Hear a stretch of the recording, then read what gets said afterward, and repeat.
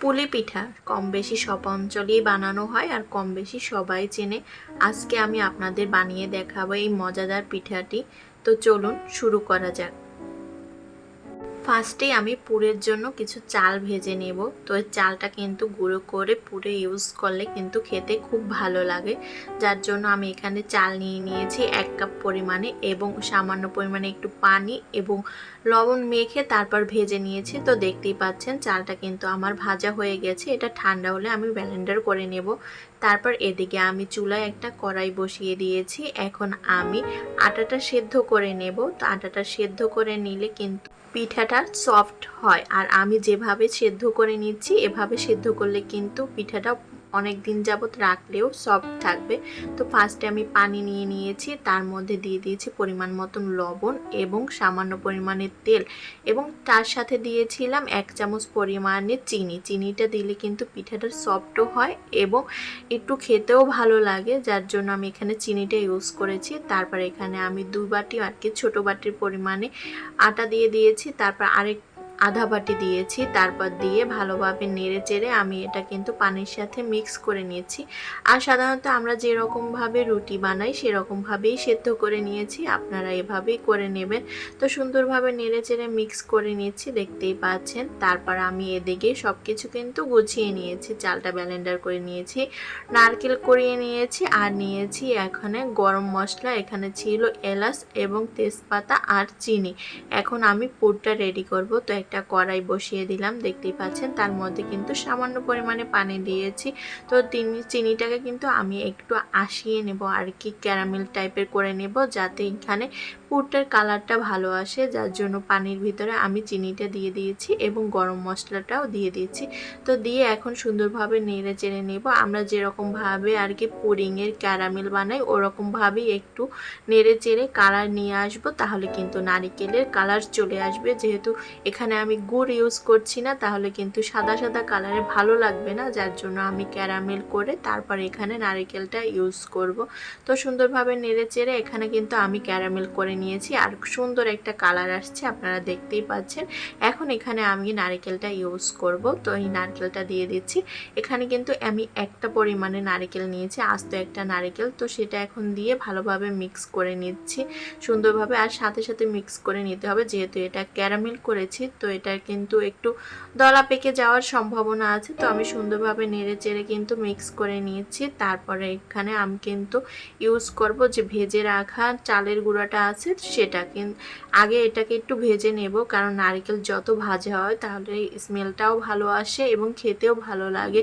তো দেখতেই পাচ্ছেন আমার নারকেলটা কিন্তু ভাজা ভাজা হয়ে গেছে। এখন আমি চালের গুঁড়াটা ইউজ করেছি, এটা আপনারা চাইলে ইউজ করতেও পারেন আর নাও করতে পারেন।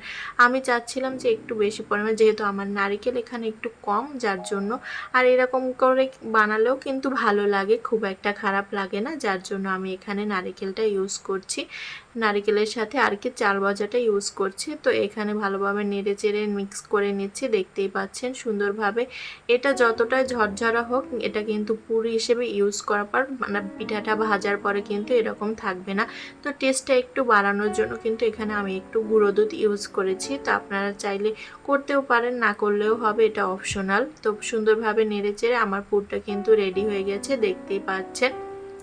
এটা ঠান্ডা হলেই কিন্তু আমি পিঠা বানানো শুরু করব। তো আমার পুরটা অলমোস্ট রেডি হয়ে গেছে, আর এদিকে কিন্তু আমি আটাটাও মেখে নিয়েছি সুন্দরভাবে, আর খুবই সফট হয়েছে, দেখতেই পাচ্ছেন। আপনারা চাইলে এভাবেই কিন্তু আটাটা সেদ্ধ করে পিঠাটা বানাতে পারেন। তো আগে নানি দাদিরা কিন্তু চালের গুঁড়ো দিয়ে এই পিঠাটা বানাতো, গরম গরম খেতে ভালো লাগতো, কিন্তু কিছুক্ষণ পরে আর কি শক্ত হয়ে যেত।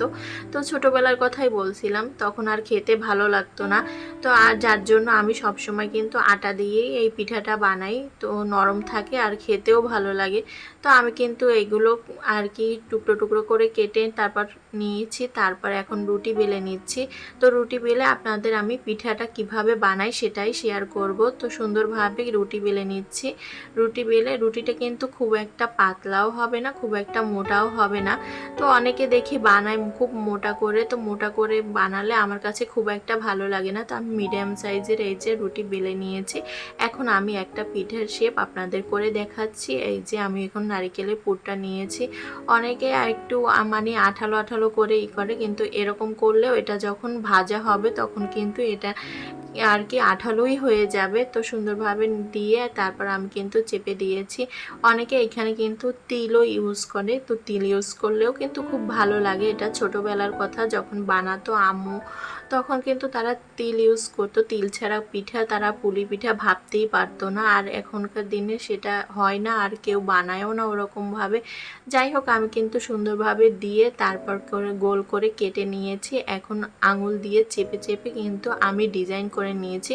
ডিজাইনটা এখানে বোঝানোর কিন্তু কিছুই নাই, চোখের আন্দাজে দেখে। তো আমিও ছোটোবেলায় একজনকে দেখেছিলাম, তখন থেকেই দেখে এইভাবে ডিজাইনটা শিখে দিয়েছি। অনেকে আছে চামচ দিয়ে কেটে কেটেও ডিজাইন দেয়, তো আপনারা চাইলে যে যার মতন করে ডিজাইন দিতে পারেন। তো এই তো দেখতেই পাচ্ছেন ডিজাইনটা কিন্তু সুন্দর লাগে, যার জন্য আমি সবসময় একটু সময় লাগলেও এরকমভাবেই ডিজাইন করে আর কি বানিয়ে নিই। তো একটা রুটি দিয়ে মানে রুটিটা একটু ছোট হয়েছে, যার জন্য দুইটা পিঠাই বানিয়েছি। আর আমি খুব ছোট ছোট পিঠা পছন্দ করি না, আর সারাদিন বসে খুব একটা সময় নিয়ে ছোট ছোট পিঠাও বানাই না। একটা পিঠা মানে খেলে যাতে মন ভরে যায় সেরকম সাইজেরই আর কি আমি বানিয়ে নিয়েছি। তো এই পিঠাটাও আমি আপনাদের আবার ডিজাইন করে দেখাচ্ছি।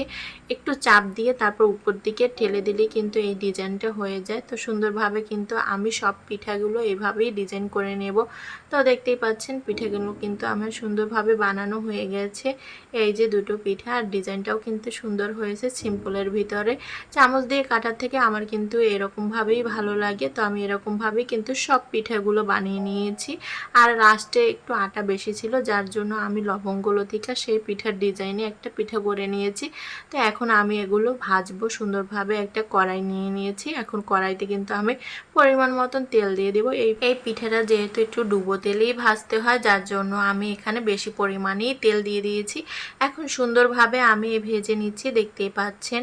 তো কড়াইতে এখানে 4টার বেশি আর কি ধরবে না। তো প্রথমে আমি 4টা দিয়েছিলাম, তারপর আমি 3টে দিয়েছি, কারণ এখানে খুব একটা বেশি হলে কিন্তু পিঠা ভাজতে সুবিধা হবে না। তো আমি 3টে করে ভেজে নিচ্ছি। এই যে হালকা ব্রাউন কালার হলেই কিন্তু তুলে নিয়েছি, কারণ এটা তোলার পর কিন্তু ভালো একটা আর একটু গাঢ় কালার চলে আসে। তো এই তো দেখতেই পাচ্ছেন আমার সব পিঠাগুলো ভাজা হয়ে গেছে সুন্দর করে। এই যে আমি একটা ভেঙেও আপনাদের সাথে শেয়ার করছি, দেখছেন খাজাটা কিন্তু খুব সুন্দর এখানে মিশে গিয়েছে। তো এই ছিল আজকে আমার পিঠার রেসিপি। যদি ভালো লাগে অবশ্যই লাইক, কমেন্ট এবং শেয়ার করতে ভুলবেন না। সবাই ভালো থাকবেন, সুস্থ থাকবেন। আল্লাহ হাফেজ।